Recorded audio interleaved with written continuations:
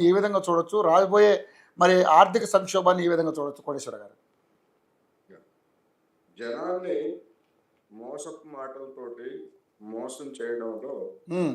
కేంద్ర ప్రభుత్వం ఆరితేరింది అని గట్టిగా చెప్పక తప్పడం లేదు. ఓకే. ఎందుకు అంటే దున్నబోతే దూడల్లో, మెయ్యబోతే ఆవుల్లో అన్న హ్మ్. చందంగా హ్మ్.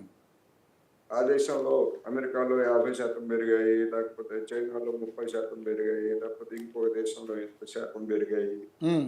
అని చెప్పేసి చెప్పడం అంటే ఈ దేశంలో ఉన్నటువంటి జనం హ్మ్. అమాయకులు, హ్మ్. పెంగళప్పలు, వీళ్ళకి ఏమి తెలియదు అనేటువంటి గట్టి నమ్మకం తప్ప హ్మ్. మరొకటి కాదు. హ్మ్. అమెరికాలో అమెరికా ఏమి దిగుమతి చేసుకునే దేశం కాదు, ఎగుమతి చేసుకునే దేశమే. హ్మ్. మనము చైనా దిగుమతి చేసుకుంటున్నాం కనుక పోనీ ధరలు పెరిగాయి అని అనుకున్నాం. హ్మ్. అమెరికాలో ధరలు పెరగడానికి మనకు లేదా చైనాలో ఇంకో దేశంలో ధరలు పెరగడానికి అసలు సంబంధమే లేదు. హ్మ్. వాటితోటి పోల్చుకోవాల్సినటువంటి పనే లేదు. హ్మ్. అక్కడ ధరలు పెంచడం అనేటువంటిది ప్రపంచ మార్కెట్లో ధరలు పెరిగినాయి కనుక అక్కడ ఆయిల్ కంపెనీలు పోగేసుకుంటున్నాయి, హ్మ్. డాలర్లు పోగేసుకుంటున్నాయి, ఇష్టం వచ్చినట్టు పెంచేస్తున్నాయి. హ్మ్. చైనా చైనా గురించి చెప్తున్నారు. హ్మ్.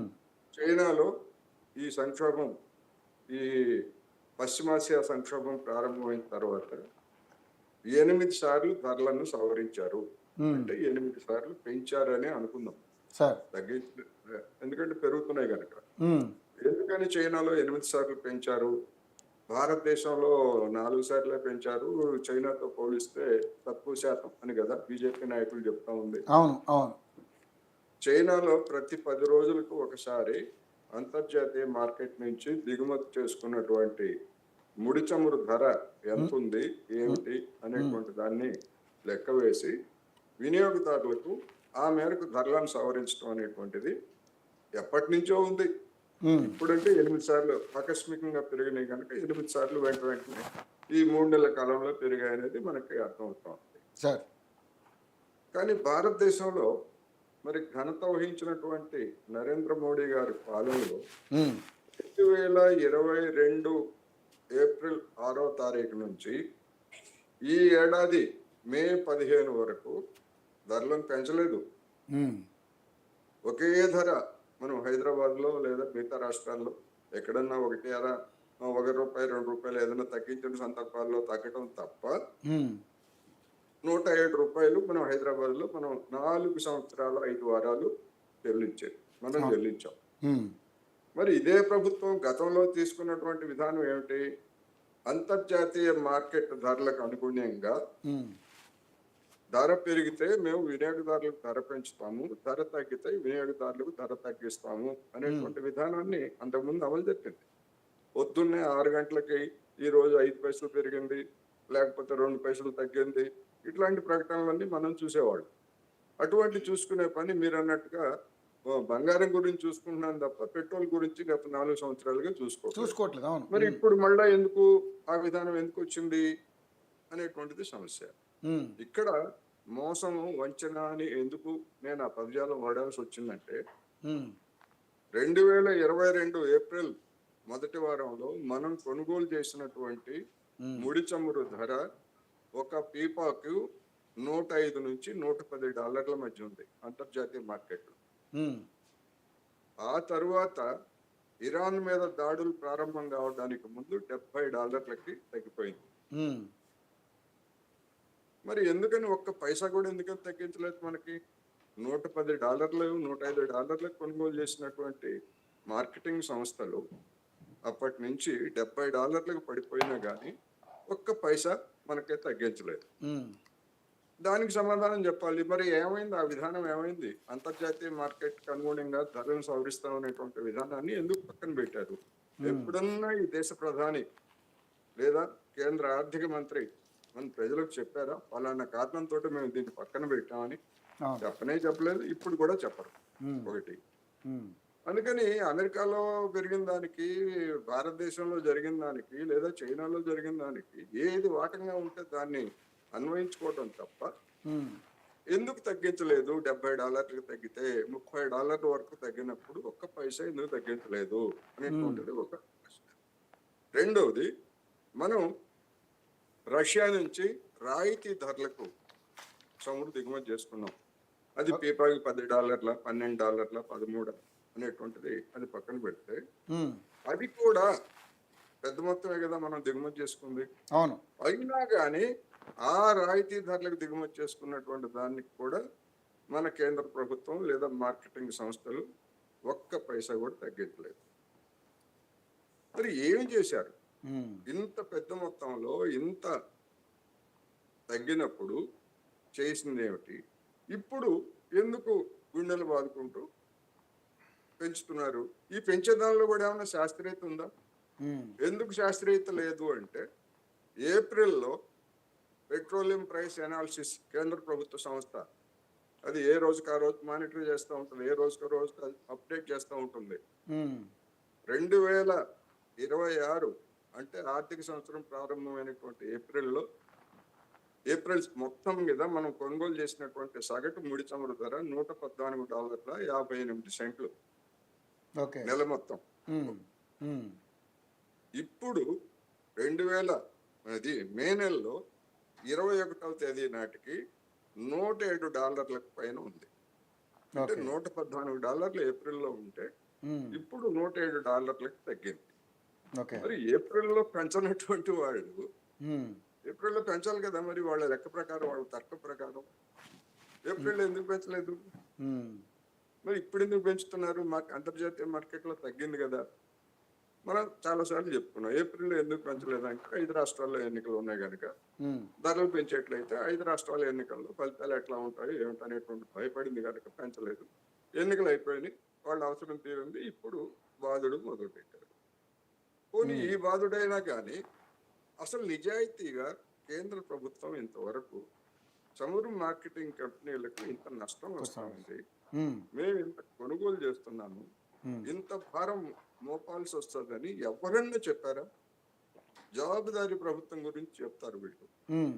145 కోట్ల మంది జనాభాకి మరి జవాబుదారీతనం అంటే, ఇవాళ తాజాగా మనం ఈ చర్చ తీసుకున్న తర్వాత ఎకనామిక్ టైమ్స్ లో వచ్చినటువంటి వార్త ప్రకారం ఇంకా 700-800 కోట్ల మేరకు నెలకు అండర్ రికవరీస్, కొనుగోలు చేసిన దానికంటే మార్కెటింగ్ కంపెనీలకు తక్కువ వస్తా ఉంది. ఇప్పటి వరకు పెంచినటువంటి ధరలతోటి ఆ వచ్చినటువంటి నష్టంలో కేవలం 8% మాత్రమే పుచ్చుకుంటుంది అని ఇక్రా అనేటువంటి ఒక రేటింగ్ ఏజెన్సీ చెప్పింది. అంటే ఇంకా 92% మనకి, అంటే ఇప్పటి వరకు 100 కొరడా దెబ్బలు కొట్టాలని మోడీ గారు లేకపోతే మార్కెటింగ్ సంస్థలు నిర్ణయించుకుంటే ఇప్పటికీ 8 కొట్టారు. ఇంకా 92 కొట్టాల్సినవి ఉన్నాయి.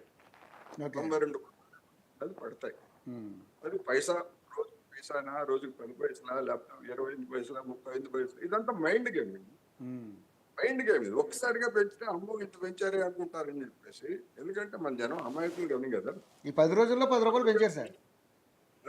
ఈ 10 రోజుల్లో 10 రూపాయలు పెంచారు. 10 రోజులు మొత్తంగా 10, కానీ ఒక రోజు $2 అంటారు, ఒక రోజు $3, ఒక రోజు 87 పైసలు అట్లా. రైట్. ఇదంతా మైండ్ గేమ్ జనాల్ని. ఇంకోటి వీళ్ళ అసమర్థతని వీళ్ళు అంటే దాన్ని కప్పిపుచ్చుకోవడానికి నిర్మలా సీతారామన్ గారు కూడా మాట్లాడారు సార్. ఏంటంటే యుద్ధం వల్ల దేశం సవాళ్ళు ఎదుర్కొంటుంటే ప్రజల్లో కొందరు భయాందోళన సృష్టిస్తున్నారు.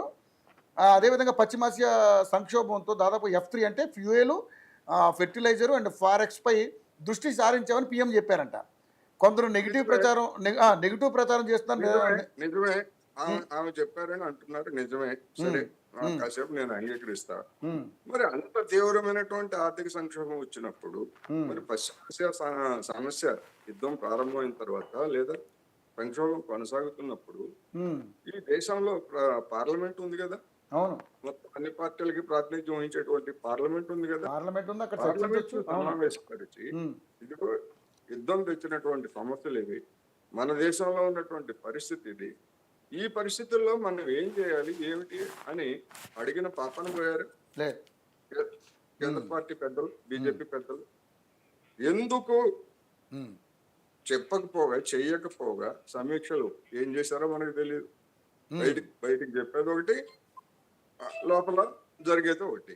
ఉమ్, చెయ్యకపోగా నరేంద్ర మోడీ గారి బీజేపీ బహిరంగ సభ పోస్టర్లో చూస్తే, పోస్టర్లో వేసినటువంటి నరేంద్ర మోడీ గారి బీజేపీ బహిరంగ సభ అని పోస్టర్లు వేసి పొదుపు సుభాషితాల గురించి చెప్పారు తప్ప 10 సూత్రాలు, పండంటి కాపురానికి 10 సూత్రాలు అన్నట్టుగా ఉమ్, 10 పొదుపు సూత్రాల గురించి చెప్పారు తప్ప దేశ ఆర్థిక పరిస్థితి ఈ విధంగా గందరగోళంలో ఉన్నది, లేకపోతే ఇబ్బందుల్లో ఉన్నది అనేటువంటి ఒక్క మాట ప్రధానమంత్రి గారి నోట వచ్చిందా? ఉమ్, రాలేదు. ఉమ్, అందుకని అసలు ఎంత మార్కెటింగ్ కంపెనీలకి ఎంత లాస్ వస్తా ఉంది, ఎంత పెంచబోతున్నారు, ఏమిటి అనేటువంటి ఒక నిజాయితీతో కూడినటువంటి ఒక ప్రకటన కూడా కేంద్ర ప్రభుత్వం నుంచి, ఇంకో దాని నుంచి రావట్లేదు. ఏం చెప్తున్నారు ఈ 3-4 రోజుల నుంచి అంటే 15వ తారీఖు నుంచి మీరు చెప్పినట్టుగా అమెరికాలో అంత పెరిగింది, ఐరోపాలో ఇంత పెరిగింది, లేకపోతే చైనాలో ఇంత పెరిగింది, ఉమ్, అవన్నీ నిజమే పెరిగినాయి కాదంటలా. కానీ కరోనా సమయంలో అరే బాబు మీరు ఫ్రీగా ఖర్చులు ఇచ్చి, రవాణా ఖర్చులు ఇచ్చి తీసుకెళ్ళండి అని మనకి పెట్రోల్ ముడిచముట్ని పంపించారు కదా, అప్పుడు $40 వరకు పడిపోయింది కదా ఉమ్, కరోనా సమయంలో. మరి పోనీ అప్పుడేమన్నా తగ్గించారా? ఆ తర్వాత ఏమన్నా తగ్గించారా? ఆ తర్వాత తగ్గించలేదు, అప్పుడు తగ్గించలేదు. అందుకని ఇతర దేశాలతో పోల్చుకోవడానికి వీళ్ళకి నైతికంగా ఉన్నటువంటి హక్కు అంటే వాళ్ళ ఏంటి? వాళ్ళ అసమర్థత ఏ విధంగా ఉందంటే సార్, ఇప్పుడు అక్కడ మేమేమో అసమర్థత దగ్గర దగ్గర 33%, 47%, 50% పెరిగినాయి ఆ అది కూడా దేశాల్లో. చెప్తా. మన దేశంలో కేవలం 4% పెరిగిందని మాట్లాడుతున్నారు. అదే చెప్తున్నా. అందుకనే అది మోసము, వంచన అని నేను చెప్తున్నా. అందుకే మొదటే చెప్పాను నేను. ఇంకోటి సార్, రెండోది, ఈ డీజిల్ పై కానీ పెట్రోల్ పై కానీ ఎక్సైజ్ సుంకం తగ్గించడం వల్ల దేశానికంటే 1,00,000 కోట్లు నష్టం వస్తుందండి సార్. దేశానికి 1,00,000 కోట్ల నష్టం రాలా. నిర్మలా సీతారామన్ గారు అన్నారు ఈ రోజు. కేంద్ర ప్రభుత్వానికి కేంద్ర ప్రభుత్వ ఖజానాకి వచ్చే లోటు అది. లోటు. అవును. మరి అదే మాటని మనం ఇంకో విధంగా చెప్పుకుంటే 12 సంవత్సరాలుగా 10 రూపాయలు తగ్గిస్తే 1,00,000 కోట్ల నష్టం వస్తుందని చెప్పారే. మరి 12 సంవత్సరాల్లో ఆ 10 రూపాయల చొప్పున 10 లక్షల కోట్లు, 12 లక్షల కోట్లు మరి వసూలు చేశారు కదా. మరి ఆ సొమ్ము ఏమైనట్టు? అది వాస్తవం అయితే ఆ సొమ్ము ఏమైనట్టు? అందుకని 10 లక్షల కోట్లు కాదు, 10 లక్షల కోట్లు కాదు. మన మన్మోహన్ సింగ్ గారు అధికారం దిగిపోయే నాటికి, మోడీ గారు వచ్చే నాటికి 99,000 కోట్లు పెట్రోలియం మీద ఎక్సైజ్ డ్యూటీ ఉంటే దాన్ని 3,72,000 కోట్లకు పెంచింది నరేంద్ర మోడీ సర్కార్. అట్లా మళ్ళా మధ్యలో కొంత తగ్గించారు, రకరకాల కారణాలతోటి తగ్గించారు. ఈ విధంగా మొత్తం చూసుకుంటే 2014-15 ఆర్థిక సంవత్సరం నుండి 2025-26 ఆర్థిక సంవత్సరాన్ని వరకు 16,50,000 కోట్లు మన జేబుల నుంచి చమురు మార్కెటింగ్ కంపెనీలు ద్వారా, వాటి ద్వారా మనం జేబు దొంగలను చూస్తాం కదా. జేబు దొంగలు కొంతమంది జేబులు కొడతారు, కానీ వాళ్ళ మాస్టర్స్ వేరే ఉంటారు. చమురు మార్కెటింగ్ కంపెనీల ద్వారా 16,50,000 కోట్ల రూపాయలని కేంద్ర ప్రభుత్వము తన ఖజానాలో జమ చేసుకుంది. ఈ మొత్తంలో పోనీ రాష్ట్రాలకు ఏమైనా ఇచ్చారా? ఒక్క పైసా ఇవ్వలేదు. రాష్ట్రాలకి ఇవ్వకుండా ఉండేందుకు కాను స్పెషల్ అడిషనల్ ఎక్సైజ్ పేరుతోటి లేదా సెస్సుల పేరుతోటి, ఎందుకంటే సెస్సుల్లో రాష్ట్రానికి అధికారం ఇవ్వాలని ఎక్కడ నిబంధనలు లేవు. మన ఫైనాన్స్ కమిషన్ నిబంధనల ప్రకారం పన్నుల నుంచి రాష్ట్రాలకి 40%, 41% వాటా ఉంది తప్ప సెస్సుల్లో వాటా లేదు. అందుకని సెస్సుల పేరుతోటి 10 రూపాయలుగా ఉన్నటువంటి దాన్ని 30 రూపాయల దాకా పెంచారండి వీళ్ళు ఒక దశలో. ఇప్పుడు 10 రూపాయలు తగ్గించి, పోనీ మనకేమన్నా తగ్గిందా? ఆ 10 రూపాయలు తగ్గించినందువల్ల మనకేమన్నా తగ్గిందా? మనకేం తగ్గల. ఎవరికి తగ్గించారు? మార్కెటింగ్ కంపెనీలకి వచ్చేటువంటి నష్టాన్ని పూడ్చడం కోసం 10 రూపాయలు తగ్గించారు. అందుకని ఇట్లా మనం అనేక వివరాలు చూసుకుంటే వచ్చే అవాస్తవాలు, జనాన్ని తప్పుదారి పట్టించేటువంటి అసత్యాలు ఎన్ని కావాలంటే అన్ని చూపిస్తున్నారు. ఏమిటి అంటే ఈ 2 రోజుల నుంచి ఇరాన్ నుంచి చమురు కొనుగోలు చేసిన దానికి మేము అప్పులు తీర్చాము అని చెప్పేసి అంటున్నాం. జనాన్ని నుంచి ఆ పేరుతోటి జనాన్ని వసూలు చేశారు కదా. ఎంత ఎంత తెచ్చారు ఏమిటి అనే దానికి వచ్చేసరికి పొద్దున ఒక బీజేపీ నాయకుడు 3.5 లక్షల కోట్లు మేము తీర్చామని చెప్పారు. దానికి ఎక్కడ ఆధారాలు లేవు. ఎందుకు అంటే ఈ 10 సంవత్సరాల్లో కేంద్ర ప్రభుత్వం మార్కెటింగ్ కంపెనీలకు వచ్చినటువంటి నష్టాల్లో భరించినటువంటి మొత్తం అంత లేదు. ఇంకా అప్పులు ఎక్కడ తీర్చారు మరి? అందుకని ఈ అనేక విధాలుగా ఏ విధంగా చూసినా గానీ మోసం మోసం దగ కుడి ఎడమల దగ అన్నట్టుగా వ్యవహారం ఉంది. రాబోయేటువంటి రోజుల్లో ఇంకా 20 నుంచి 30 రూపాయల వరకు పెట్రోల్ డీజిల్ ధరలని పెంచడానికి అవకాశం ఉందనేటువంటివి రకరకాల అంచనాలు వస్తున్నాయి. ఆ అంచనాల గురించి మనం చెప్తే మీరు ఏ ఆధారంతో చెప్తున్నారని చెప్పేసి ప్రశ్నిస్తారు. నేను అదే అడుగుతున్నా, మీరు చెప్పండి. కేంద్ర ప్రభుత్వాన్ని చెప్పమనండి, మార్కెటింగ్ కంపెనీలు చెప్పమనండి. ఏ ప్రాతిపదికన ఈ 4 రోజుల్లో ఇన్నిసార్లు ఇంత ధర పెంచారు, ఇంకా ఎంత పెంచబోతున్నారు, మీకు వచ్చిన నష్టాలు ఎంత, దానికి గాను ప్రభుత్వం భరించినటువంటి సబ్సిడీ ఎంత? నేను చెప్తున్నా రవి గారు, గడిచినటువంటి 9 సంవత్సరాలుగా ఈ చమురు మార్కెటింగ్ కంపెనీలు కానీ లేకపోతే గెయిల్ లేకపోతే ఓఎన్జీసీ ఇట్లాంటివి ఉన్నాయి కదా, ఈ కంపెనీలు ఏవి ఒక్క పైసా కూడా నష్టాన్ని భరించలేదు. ఇవన్నీ నేను పీపీఏసీలో లేటెస్ట్ గా చూసినటువంటి సమాచారం. ఏమీ భరించలేదు. కేంద్ర ప్రభుత్వం భరించినటువంటి సబ్సిడీ మొత్తం ఎంత కూడా నేను 1 నిమిషంలో చెప్తాను మీకు. చెప్పండి.